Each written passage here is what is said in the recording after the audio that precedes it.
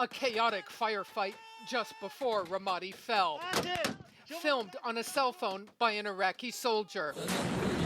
The strategic city now in the hands of ISIS, and the U.S. Defense Secretary not mincing words in an exclusive interview with CNN. What apparently happened was that the Iraqi forces just showed no will to fight. They were not outnumbered. In fact, they vastly outnumbered the opposing force, and yet they failed to fight. They withdrew from the site. A comment that set off its own firestorm. Vice President Joe Biden called Iraqi Prime Minister Haider al-Abadi Monday, pledging more training and equipment, countering the defense secretary in a White House statement saying the vice president recognized the enormous sacrifice and bravery of Iraqi forces over the past 18 months in Ramadi and elsewhere. Abadi hit back at Carter in a BBC interview. I'm surprised why he said that. I mean, he was very supportive of Iraq. I'm sure he was fed with the wrong information. And the head of Iran's elite Quds force saying it is the U.S. that, quote, has no will to fight ISIS.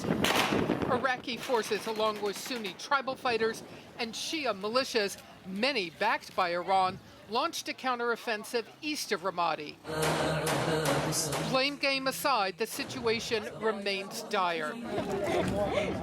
Nearly 55,000 people have fled Ramadi since ISIS captured it.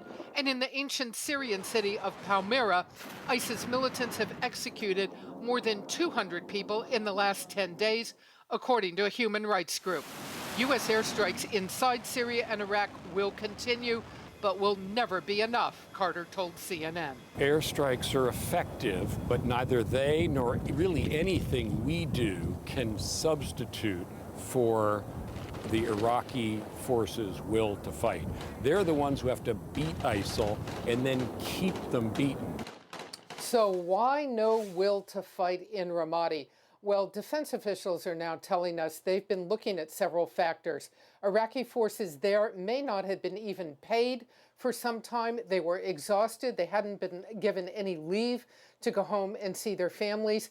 And many of them have already said they felt essentially very disconnected from their commanders. There is growing concern that the leadership in the Iraqi military may be playing a large role in this, and they may not be very loyal to their own troops, essentially not looking after their own troops in the field.